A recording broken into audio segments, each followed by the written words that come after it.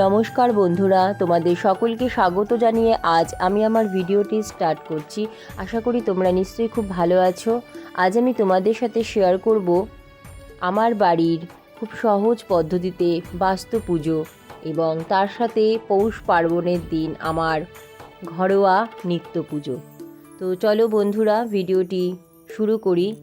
আশা করি তোমাদের নিশ্চয়ই খুব ভালো লাগবে। খুব ভোরবেলা ঘুম থেকে উঠে স্নান করে শুদ্ধ বস্ত্রে সবার প্রথম চলে এসেছি কিচেনে। আমি এখন তৈরি করে নিচ্ছি পিঠে। তো আমি সবার প্রথম পাটিসাপটা পিঠে তৈরি করব। তার জন্য আমি নিয়েছি ময়দা, সুজি, গুড় আর দুধ দিয়ে এরকম একটা ব্যাটার তৈরি করে নিয়েছি। আর এই ব্যাটারটা আমি 20 থেকে 25 মিনিট ঢাকা দিয়ে রেখে দিয়েছিলাম। তো 20 থেকে 25 মিনিট পর আমি এখন গ্যাসে একটা ফ্রাই প্যান বসিয়ে দিয়েছি আর একটু অয়েল ব্রাশ করে নিয়েছি। তারপরে পাটিসাপটার যে ব্যাটারটা তৈরি করেছি সেটা দিয়ে আমি পুর হিসাবে এখানে মাখা সন্দেশ দিয়েছি। তো এইভাবে আমি একে একে সবকটা পাটিসাপটা তৈরি করে নেব। আর আমি যা যা ঠাকুরের জন্য ভোগ রান্না করি বা পিঠে করছি, যা যা আমি সব ঠাকুরের বাসনেই তৈরি করি বন্ধুরা। তো আমার এই ফ্রাই প্যান, খুন্তি, হাতা সবই ঠাকুরের। আর ঠাকুর ঘর আমি এই ফাঁকে গিয়ে মুছে এসেছি যখন ব্যাটারটা আমি তৈরি করেছি, কিছুক্ষণ রেখেছিলাম। তো আমার পাটিসাপটা সব কটা তৈরি হয়ে গেছে। এখন আমি একটু মালপোয়া ভেজে নেব। তো সুজি, ময়দা, গুড় আর দুধ দিয়ে আর মৌরি দিয়ে একটা ব্যাটার তৈরি করে আমি মোটামুটি আধা ঘন্টার মতো রেখেছিলাম। তো আধা ঘন্টা পর ফ্রাই প্যানে এখন আমি রিফাইন্ড অয়েলটা গরম করে আমি একে একে মালপোয়াগুলো সব এখন ভেজে নিচ্ছি। প্রতি মাসের শেষ দিন অর্থাৎ যেদিন মাস শেষ হয় সেই দিনকে সংক্রান্তি বলা হয়। সংক্রান্তির অর্থ সঞ্চার বা গমন করা, নতুন সাজে নতুন রূপে অন্যত্র সঞ্চার হওয়া বা গমন করাকেই বোঝায়। মাঘ, ফাল্গুন, চৈত্র, বৈশাখ, জ্যৈষ্ঠ, আষাঢ় এই 6 মাস হলো উত্তরায়ণকাল এবং পৌষ, শ্রাবণ, ভাদ্র, আশ্বিন, কার্তিক, অগ্রহায়ণ এই 6 মাস হলো দক্ষিণায়নকাল। পৌষ মাসের শেষ দিন সূর্য উত্তরায়ণের দিকে যাত্রা করে বলে পৌষ মাসের সংক্রান্তিকে উত্তরায়ণ সংক্রান্তিও বলা হয়। বন্ধুরা, আমার হাজবেন্ড সকালবেলা স্নান করে শুদ্ধ বস্ত্রে চলে এসেছে এখন ঠাকুর ঘরে। তো এখন গোপাল সোনাকে ঘুম থেকে তুলছে। উঠে পড়ো আমার লক্ষ্মী সোনাটা, সকাল হয়ে গেছে। ওঠো ওঠো নন্দলাল, যে দেখো হলো সকাল, গোষ্ঠী লয়ে যাবে ধেনুর পাল।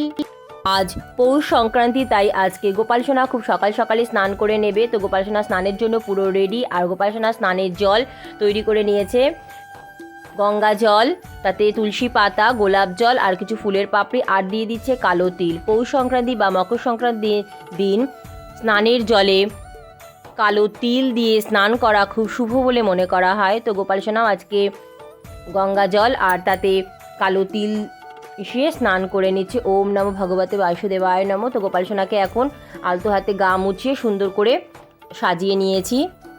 আর এখানে আমি লাল চন্দন বেটে নিলাম আর নিলাম গঙ্গা জল, তাতে ঘি, মধু, বেলপাতা, দূর্বা আর লাল চন্দন দিয়ে আর লাল ফুল দিয়ে আমি তৈরি করে নিচ্ছি। আমি এখন যাব সূর্য প্রণাম করতে। তো চলে এসেছি ছাদে আর আমার ছাদের পূর্ব দিক মুখ করে আমি সূর্য প্রণাম করে নিচ্ছি। সূর্য দেবতাকে জল অর্ঘ্য দিয়ে আরতি করে হাত জোর করে প্রণাম করে নিচ্ছি। জবা কুসুম সংকাশ কাশ্যপেয়ং মহাদুত্তিম ধন্বন্তরিং সর্ব পাপ গুণ প্রণতস্মি দিবাকরম। চলে এসেছি ঠাকুর ঘরে, চন্দন বেটে নিচ্ছি। চন্দন সহযোগে বেলপাতা, নীলকণ্ঠ ফুল বাবা মহাদেবকে নিবেদন করলাম। নমঃ শিবায় নমঃ, নমঃ শিবায় নমঃ। বাবা মহাদেবকে চন্দনে তিলক পরিয়ে দিয়েছি। আর আমি আমার সমস্ত ঠাকুরকে গঙ্গা জল আর তাতে কালো তিল মিশিয়ে অভিষেক করে নিয়েছি বা স্নান করে নিয়েছি।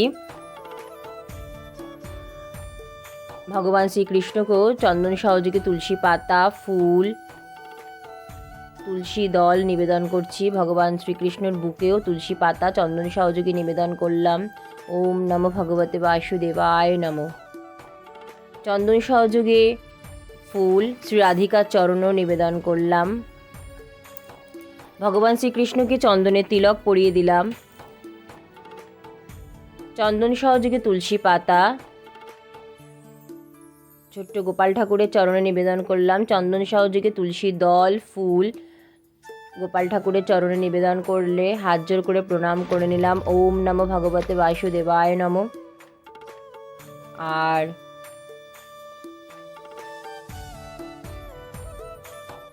ছোট্ট গোপাল সোনাকে চন্দনের তিলক দর্শন করিয়ে নিলাম, যেহেতু খুবই ঠান্ডা বন্ধুরা। আর বাবা লোকনাথকে চন্দনের তিলক পরিয়ে দিলাম। চন্দন সহযোগে ফুল বেলপাতা বাবার চরণে নিবেদন করলাম। আর চন্দন সহযোগে তুলসী পাতা বাবা লোকনাথের বুকে নিবেদন করলাম। জয় বাবা লোকনাথ, জয় বাবা লোকনাথ। আর আমি আমার মা লক্ষ্মীর পুজো করে নিয়েছি। আর মকর সংক্রান্তির দিন আমি কিভাবে মা লক্ষ্মীর পুজো করি সেটা তোমাদের সাথে তো শেয়ার করেছি বন্ধুরা। আর মা লক্ষ্মীর চরণেও ফুল বেলপাতা নিবেদন করেছি। ভগবান গণেশ ঠাকুরকেও সবার প্রথম আমি চন্দন সহযোগে দূর্বা ফুল নিবেদন করেছি।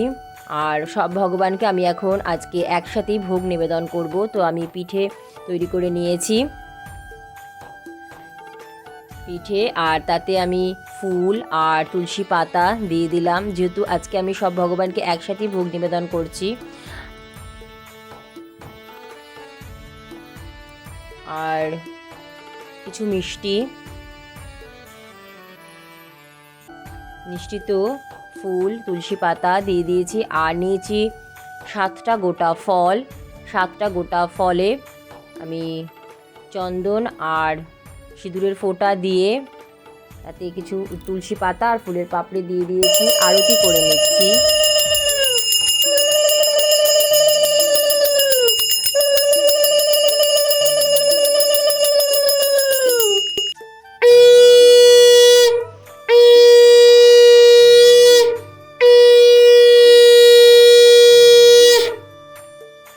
আরতি করে গোপাল সোনাকে একটু পিঠে খাইয়ে দিচ্ছি, কারণ গোপাল সোনা খুবই ছোট, তাই গোপাল সোনাকে পাটিসাপটা মালপোয়া খাইয়ে দিচ্ছি।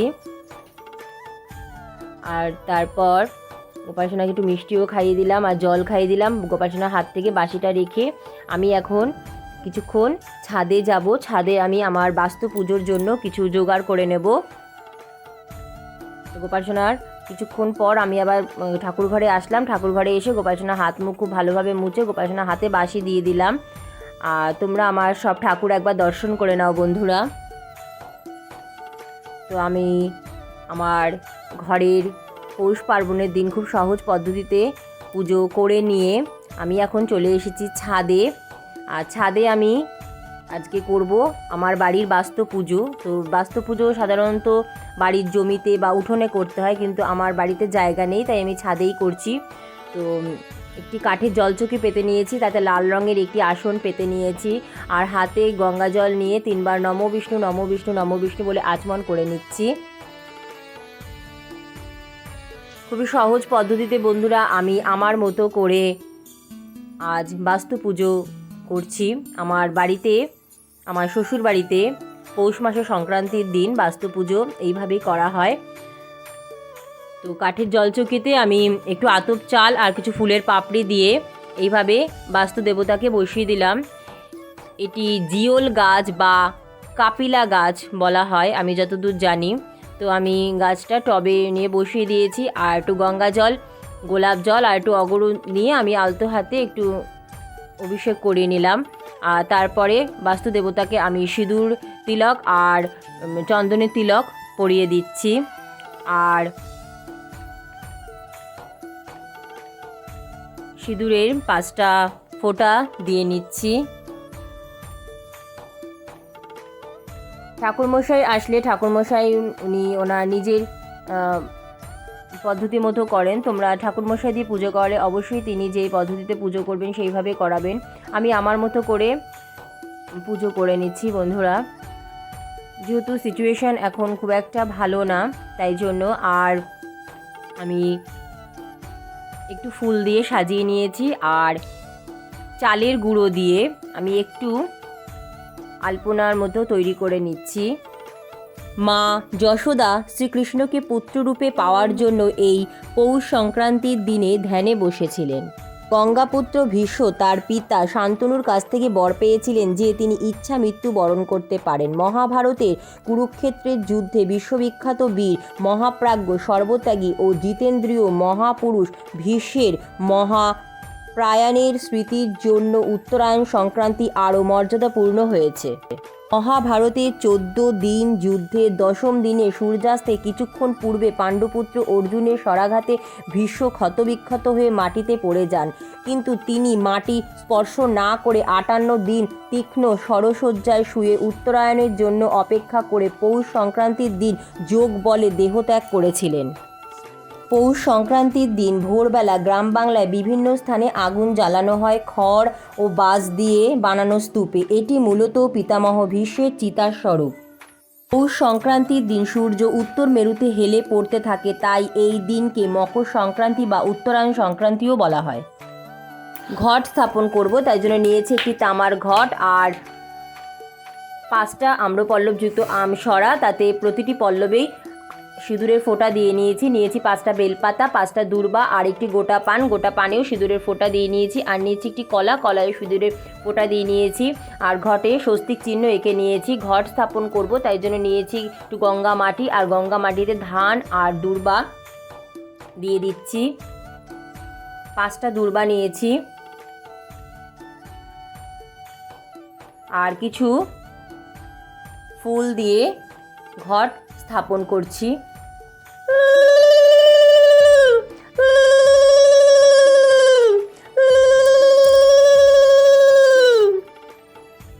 ঘটের উপরে দিয়ে দিচ্ছি লাল চেলি, পৈতে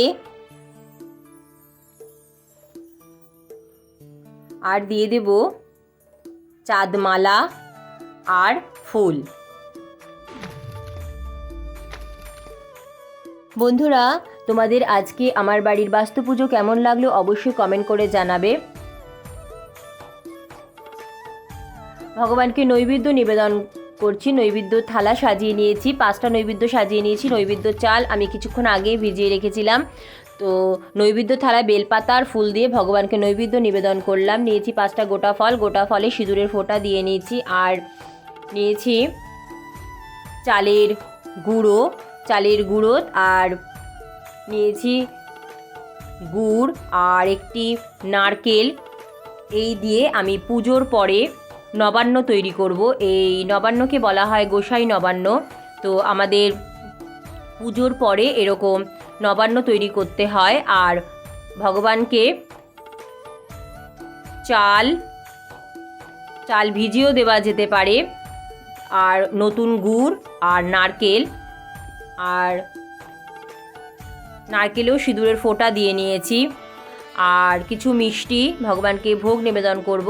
মিষ্টি থালাতেও ফুল দিলাম আর দইয়ে ফুল দিয়ে দেব। আর ভুজ্য নিয়েছি, চাল ডাল সবজি, ভুজ্য থালাতেও ফুল দিয়ে দিয়েছি। ভগবানকে 5টা গোটা ফল নিবেদন করছি।